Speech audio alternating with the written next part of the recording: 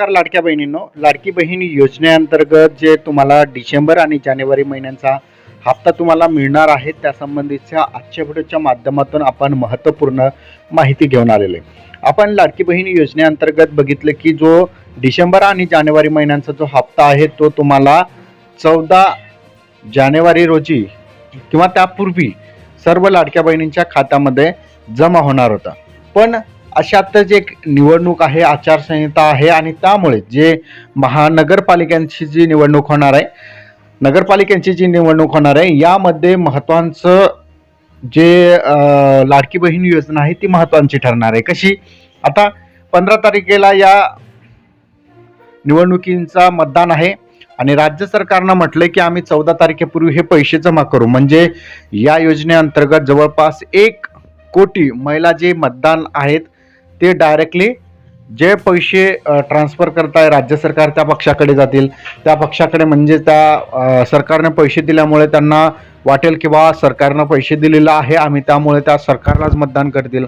अशामुळे काँग्रेसच्या अनेक नेत्यांनी किंवा इतर जे पक्ष आहेत त्या नेत्यांनी जे आहेत राज्य सरकारला आणि त्याचबरोबर निवडणूक आयोगाला एक पत्र लिहिलेलं आहे की जर राज्य सरकारनं हे 3000 रुपये जमा केले तर निवडणूक आचारसंहितेचा भंग असेल आणि त्यामुळे 1 कोटी महिला मतदान प्रभावी होतील आणि त्यामुळे हे 1 कोटी महिला डायरेक्टली त्यांच्याकडे जातील। त्यामुळे निवडणूक होईपर्यंत हे 3000 रुपये जमा करू नका असं सांगितलेलं आहे। पण आता राज्य सरकार यावर काय निर्णय घेतो, त्याचबरोबर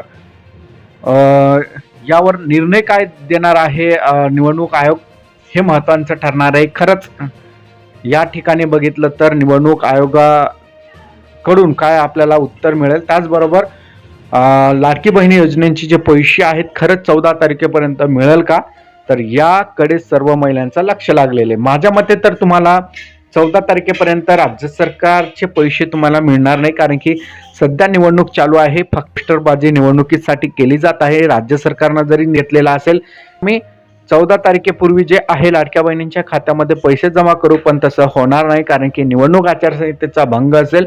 आणि जसं झालं तर या ठिकाणी इतर जे पक्षवाले आहेत ते या ठिकाणी ऑब्जेक्शन घेऊ शकतात, यांच्यावर जे निवडणुकाकडे यांची तक्रार देऊ शकतात, त्याच्यामुळेच आम्ही निवडणूक हारलो वगैरे असं सांगू शकतात। त्यामुळे तसं तर राज्य सरकार करणार नाही, फक्त हे पोस्टरबाजी सध्या चालू आहे। आणि राज्य सरकारच्या ज्या महिला आयोगाच्या मंत्री आहेत आदिती तटकरे यांनी अद्यापर्यंत स्पष्टीकरण दिलेलं नाही की आम्ही पैसे जमा करणार, पण इतर राजकीय नेत्यांनी पोस्टरबाजी सुरू केलेली आहे, मंत्र्यांनी सुरू केलेली आहे।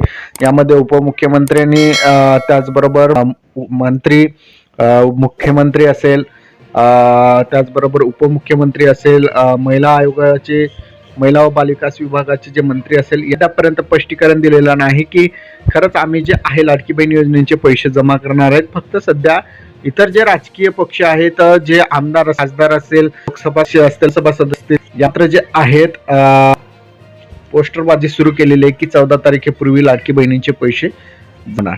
मला ते योजनेचे पैसे जमा होणार का नक्की सांगा।